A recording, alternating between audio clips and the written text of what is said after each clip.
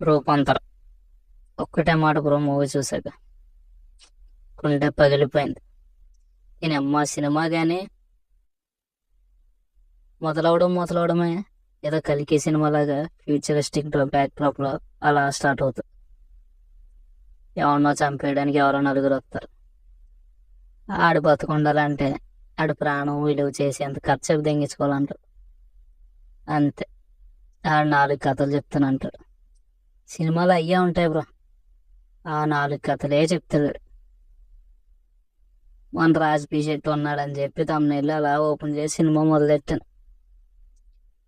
Movie అయ్యాక నా life మీద, నా ఎగ్జిస్టెన్స్ మీద, సొసైటీ మీద, మొత్తం అన్నిటి మీద ఆలోచించడం మొదలెట్టాను.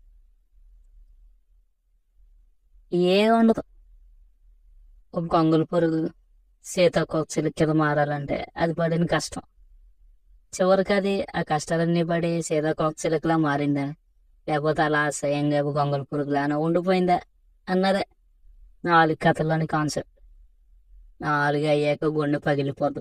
చూడండి బ్రో, ఈ మధ్యకాలంలో వచ్చే అన్ని లవడా సినిమాల కన్నా ఇది ఎంతో బెటర్. కన్నడ అని చెప్పి స్కిప్ చేయకు, సబ్ టైటిల్స్ పెట్టుకో. నాకే వచ్చే రాని కన్నడలో చూసి నేనే ఎంత ఫీల్ అయిపోతున్నానంటే సినిమా కోసం. మీరు చూడండి, కొద్ది కాకపోయినా కొద్దిగన్నా మీ మనసు కదులుతుంది. ఖచ్చితంగా ఒక మంచి సినిమా చూడాలంటే ప్రతి ప్రతి ఒక్కడి క్యారెక్టర్ ఏదో న్యాచురల్గా అలాగా సినిమా కరెక్ట్గా సెట్ అయిపోలే ఉంటుంది. హ్యాపీగా ఫ్యామిలీతో చూడొచ్చు. హాయిగా చూసేయండి.